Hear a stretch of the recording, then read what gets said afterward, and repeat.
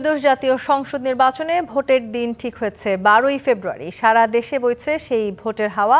এ নিয়ে কি ভাবছেন সাধারণ মানুষ থেকে শুরু করে আগামী জনপ্রতিনিধিরা, সে কথা জানাতে ডিবিসি নিউজের ইলেকশন এক্সপ্রেস ছুটে যাচ্ছে সব সংসদীয় আসনে। এখন আছে সংসদীয় আসন 224 সুনামগঞ্জ 1-এ।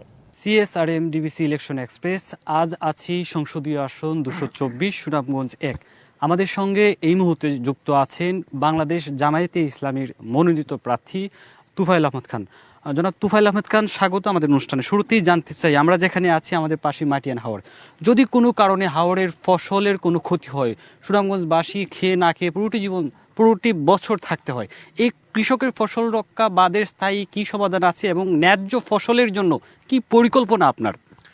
ধন্যবাদ। বিসমিল্লাহির রহমানির রহিম। আজকে ডিবিসি নিউজের মাধ্যমে আমার সংসদীয় এলাকা তাহিরপুর, মধ্যনগর, ধর্মপাশা, জামালগঞ্জের আমার সম্মানিত নাগরিক ভোটারবৃন্দ, ভাই বোনেরা, দেশ ও প্রবাসী যারা আছেন, সবাইকে আমি আন্তরিক মোবারকবাদ জানাচ্ছি, শুভেচ্ছা জানাচ্ছি, সালাম জানাচ্ছি। আসসালামু আলাইকুম রহমতুল্লাহ। এবং একই সাথে আমাদের অমুসলিম ভাই বোনদের জন্য আন্তরিক শুভেচ্ছা জানাচ্ছি। আপনাদেরকেও ধন্যবাদ জানাচ্ছি। আমাদের এই আসনটা হচ্ছে মূলত বুড়ো ফসলের এলাকা, বিস্তীর্ণ হাওড়াঞ্চল। এই হাওড়াঞ্চলে আমাদের একমাত্র ফসলকে রক্ষার জন্য আমরা সবসময় দাবি করে আসছি যে এখানে টেকসই বাঁধ দিতে হবে। কোনো কারণেই যেন বাঁধের মধ্যে কাজের কোনো ঘাটতি না হয়, কোনো দুর্নীতি না হয়। এবং এমন অনেক এলাকা আছে যে এখানে যদি পরিকল্পনা নেওয়া যায় তাহলে বছরে বছরে বাদ না দিয়ে এগুলোকে ব্লক দেওয়ার মাধ্যমে সাস্টেইন করা যায়।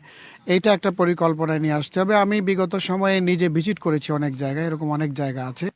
কিছু কিছু জায়গায় স্লুইড গেট দিতে হবে, পানিকে সঠিক সময়ে তাকে আটকে রাখা এবং সঠিক সময়ে ছেড়ে দেওয়ার জন্য। এবং একই সাথে কৃষকদের জন্য যে সাপোর্টের ব্যাপার আছে, সার বীজের অপ্রতুলতা আছে, সেখানে ভালো সরবরাহ করতে হবে এবং কৃষি ঋণকে সহজ করে দিতে হবে তাদেরকে, যাতে স্বাচ্ছন্দ্যে এখানে আমরা ফসল ফলাতে পারি। আপনি জানেন, কৃষকের ন্যায্য অধিকারের কথা বলছিলেন। আরেকটি বিষয় জানতে চাই, এই আসনে বিএনপির দুজন প্রার্থী রয়েছেন, যদিও একজন যখন প্রতীক বরাদ্দ হয় প্রত্যাহার হবেন। কি নির্বাচনী পরিবেশ আপনি প্রত্যাশা করেন? আমি প্রত্যাশা করব নির্বাচন যেন ফ্রি অ্যান্ড ফেয়ার হয় এবং অংশগ্রহণমূলক হয়, সবার জন্য উৎসবমুখর হয়। এবং সেক্ষেত্রে প্রতিটা পার্টির যেমন আপনার করণীয় আছে, অংশগ্রহণের ব্যাপার আছে, দায়িত্বশীল ভূমিকা রাখার ব্যাপার আছে, তার চেয়েও বেশি গুরুত্বপূর্ণ হচ্ছে প্রশাসন। নির্বাচন কমিশনের অধীনে এখন দেশ পরিচালিত হচ্ছে। প্রশাসন এবং আইন শৃঙ্খলা রক্ষায় যে সমস্ত বাহিনীগুলো আছে, তারা যদি নিরপেক্ষভাবে দায়িত্ব পালন করতে না পারে তাহলে নির্বাচনের পরিবেশ ভণ্ডুল হবে। একটু জানতে চাই, কোনো চ্যালেঞ্জ দেখছেন? আমি তো বিভিন্ন জায়গায় নানা রকম চ্যালেঞ্জ দেখছি। অবশ্যই এখানে অত্যন্ত গুরুত্বের সাথে আপনার ভূমিকা নিতে হবে প্রশাসন এবং আইন শৃঙ্খলা বাহিনীর পক্ষ থেকে। সেটা আমরাও প্রত্যাশা করি। ধন্যবাদ জনাব তুফাইল আহমেদ খান। আজ সারাদিন ছিলাম সুনামগঞ্জ 1 আসনে, আগামীকাল সুনামগঞ্জ 2 আসনে আমরা সকাল 10টায় আবারও যুক্ত হব। যুক্ত থাকুন CSRM ডিবিসি নিউজ এক্সপ্রেসে।